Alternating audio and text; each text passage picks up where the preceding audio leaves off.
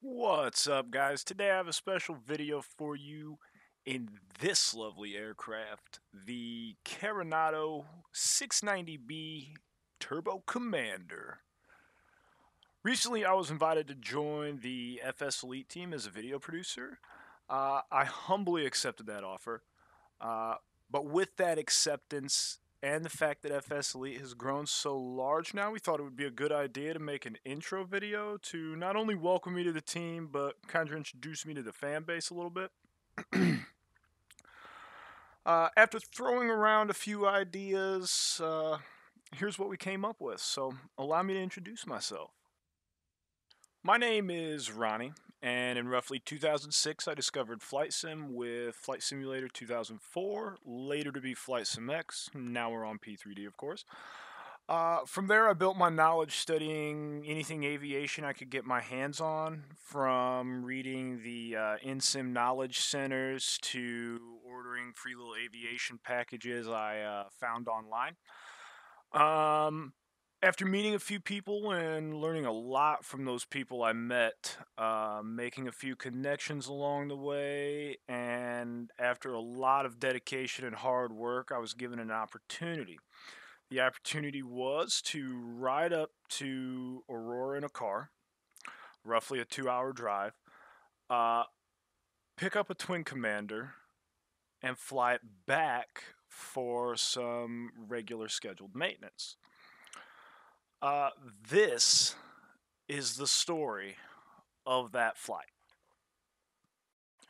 So we get there and we walk into the hangars. He's got three of them, each one full of old airplanes, old race cars, all in immaculate condition. It's so clean in these hangars, I didn't even want to walk around with my shoes on. We walk up onto the Twin Commander and we pull it out of the hangar. After we pre-flight it, we hop in it, and for the most exciting bit, the startup.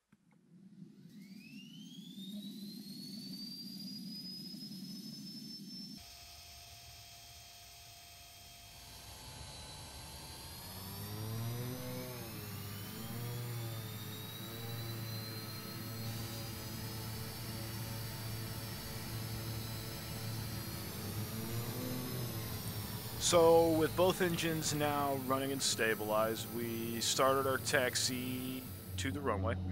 Along the way, he asked me if I wanted to do a performance takeoff, and with me being so young, not even having a driver's license at the time, of course I said yes. So he briefed me on what was going to happen and what he was going to do for that takeoff. As we taxied, and after I failed miserably trying to taxi the aircraft, it's got hydraulic steering, so it's kind of funky. We get to the runway, and he starts to perform the run-up checks and procedures. After making sure that all the instruments look good and that he feels comfortable taking the airplane airborne, he requests our performance takeoff, and lo and behold, the control tower approved it. Well, we finish our taxi out here. For any of you who want to do this flight on your own sim, we're flying from KARR Aurora Municipal to the PIA VOR, and then to Peoria International, or KPIA.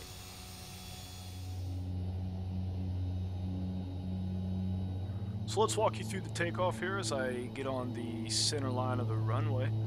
We are going to apply full power, and as the airspeed comes alive, we'll pull back on the yoke. So as we apply power here, don't forget the strobe lights.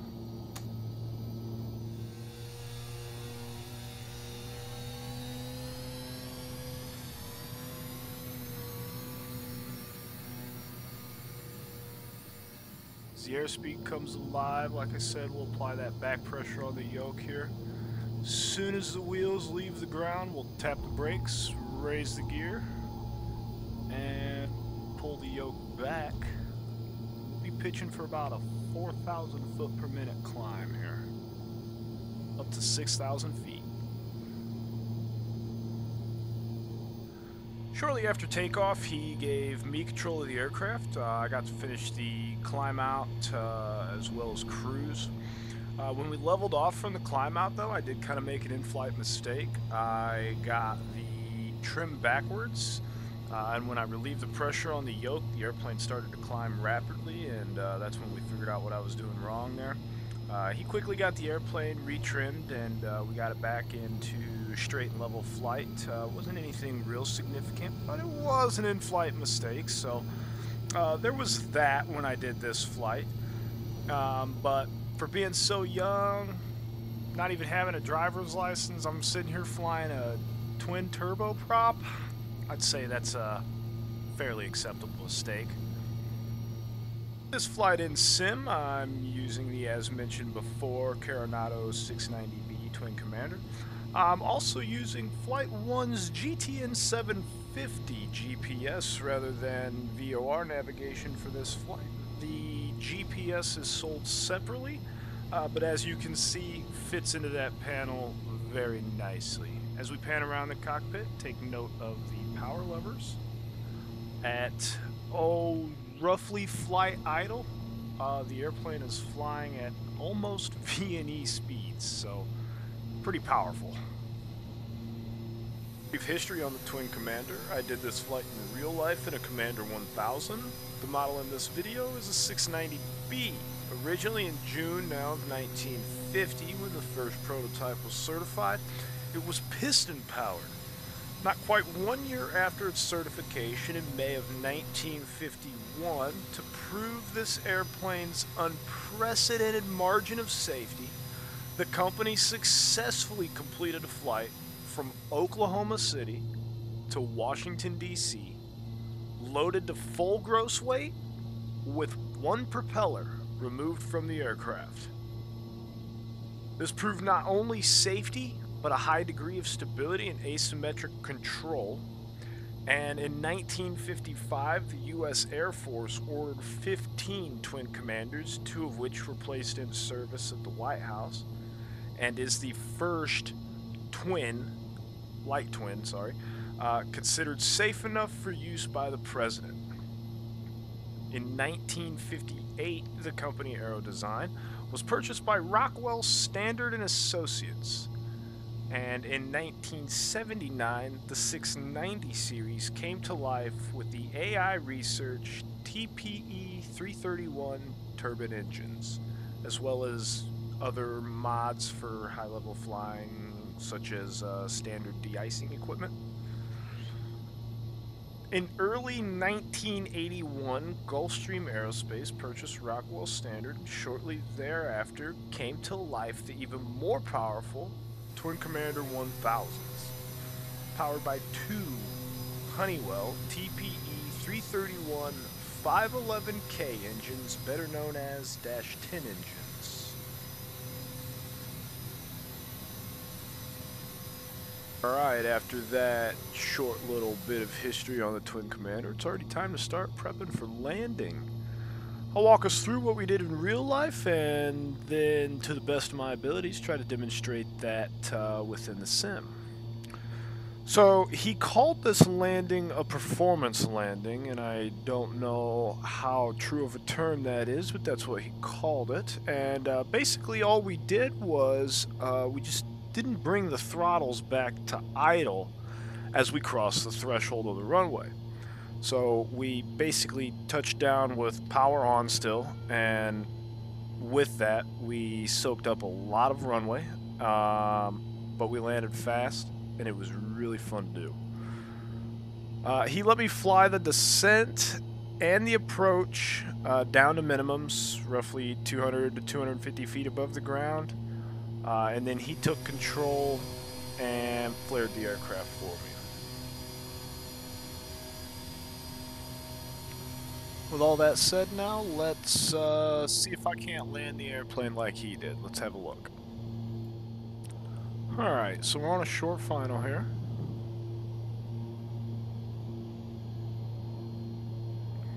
So as I approach the threshold here, I gotta resist that temptation to throttle back.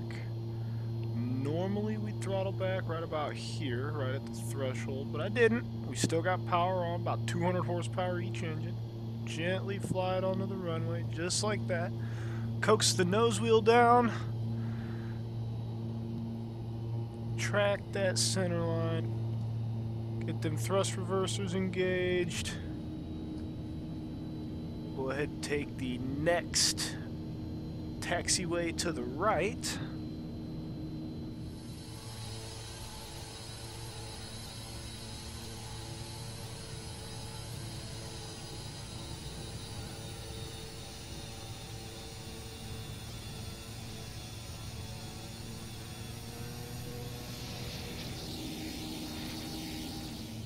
Alright, let's go ahead and get off the runway here. Once we clear that hold short line, we'll get the flaps raised up.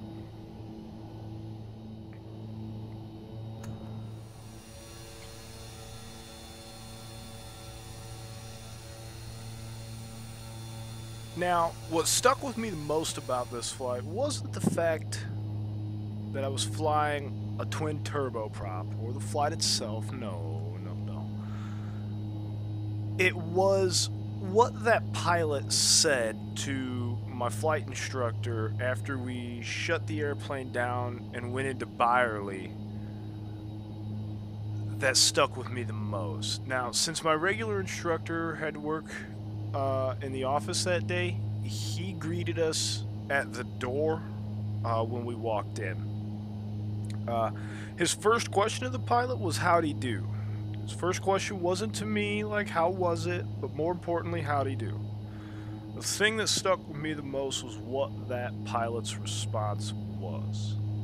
He turned to my instructor and said, "Man, this kid has got to have 3,000 hours on a flight sim, even with my trim mistake. That should say something." Alright guys, it's time to shut the airplane down now. I hope you guys enjoyed watching this little intro video. I look forward to working with the FSElite team to bring you guys the latest in flight simming news, reviews, and first looks. If you liked the video, please thumbs up and leave your feedback in the comments section below. As always, thanks for watching, and until next time.